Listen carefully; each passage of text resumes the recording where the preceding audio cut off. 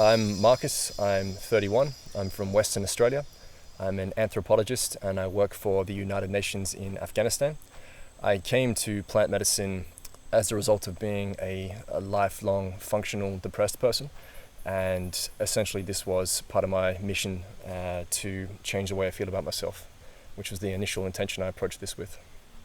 The first time I did plant medicine, I ruined my experience with having a very strong set of expectations, and there's a lot of hyperbole around psychedelics, and so a lot of people told me that I would see God and change myself immediately and these kind of things. And so when that didn't happen, I was very, very disappointed the first time, and that was an experience in Africa. And then I came to the temple for the first time last year and had what I can only describe as a peak experience, I suppose. It was a crescendo, and I had this incredible certainty that I had everything I needed and I was everything I needed and I was okay how I was. And then what I did was I went immediately back to my life in Afghanistan, which was a super hard environment to be in because I was so open and impressionable and above all raw. Like there was no armor there anymore. A lot of inhibitions came rushing back in, and a lot of things that I didn't like that went away as a result of the medicine came back.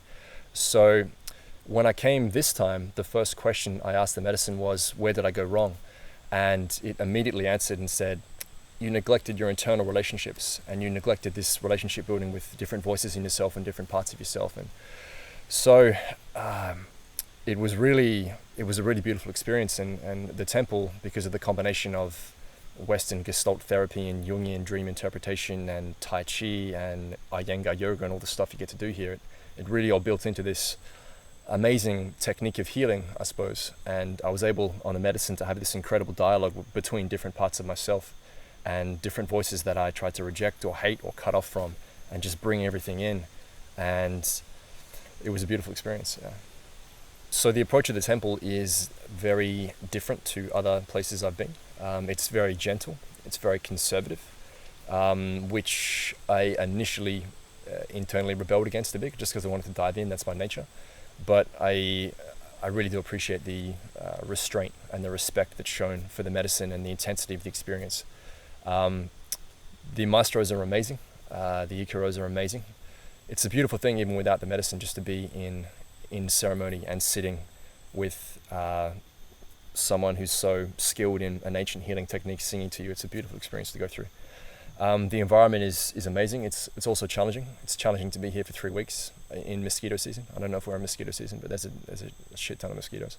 But that's part of the whole thing. The food is very clean. It's a detox on a lot of levels. The facilitators I found were super amazing at their jobs, and people who have been called to this path, which is not an easy one to be out here all the time, but especially interacting with them in ceremonies, I found them an extremely compassionate, grounding, healing energy that they bring, and they're very good at looking after people. The Temple of the Way of Light's Deep Immersion Retreat is a beautiful challenge, equal parts of those things. So it's definitely challenging. The environment is challenging. The mosquitoes are challenging. The people are challenging. You will live with a bunch of strangers in a situation for 3 weeks, and you will bond, and you will challenge each other, and you will repel each other, and you will piss each other off. It's inevitable. It's being human. But overall, it's just a beautiful experience, and it's a beautiful growing experience, and it's a beautiful healing experience above all.